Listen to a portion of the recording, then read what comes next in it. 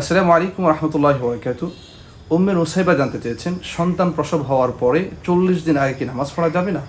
অত্যন্ত গুরুত্বপূর্ণ বিষয়। প্রিয় বোন আমার, দেখুন, যখন কোনো মায়ের সন্তান প্রসব হয় তখন শরিয়ার মাসআলা হলো 40 দিন যাবৎ যদি তার রক্ত আসে, যেটাকে শরিয়ার পরিভাষায় নেফাস বলা হয়, সেক্ষেত্রে এটি 40 দিন পর্যন্ত আসতে পারে। 40 দিনের পরে যদি আসে সেটাকে ইস্তেহাজা অর্থাৎ অসুস্থতা বলে বিবেচনা করা হবে।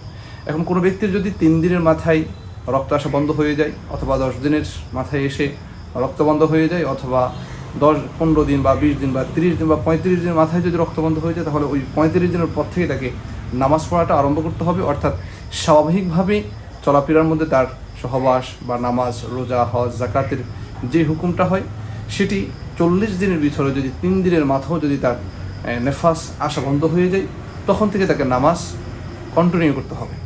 আমাদের সমাজে একটি ভুল মাসালা হলো যে সন্তান প্রসব হওয়ার পরে 40 দিন যাবৎ তার কাছে যাওয়া যাবে না, তার সাথে মিলন করা যাবে না, বা নামাজ পড়া যাবে না, বা রোজা রাখা যাবে কিনা, যাবে না। আসলে এই ধারণা আমাদের নিতান্ত ভুল একটি ধারণা। এজন্য আমরা বলবো, অবশ্যই যদি আপনার যদি 10 দিন সময় যদি নেফাস আসা বন্ধ হয়ে যায়, 11 দিন থেকেই আপনাকে নামাজ পড়তে হবে। এখন যদি আপনি 30 দিন হয়ে গিয়েছে, বাকি 20 দিনের আপনি কী করবেন জানেন না, আপনার বাকি 20 দিনের নামাজটা কাজা করতে হবে। যদি রোজার মাসে হয়ে থাকে তাহলে রোজাটা রাখতে হবে।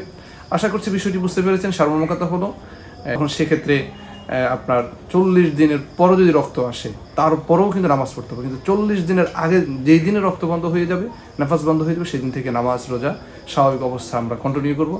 আসসালামু আলাইকুম রহমতুল্লাহি ওয়া বারাকাতুহু।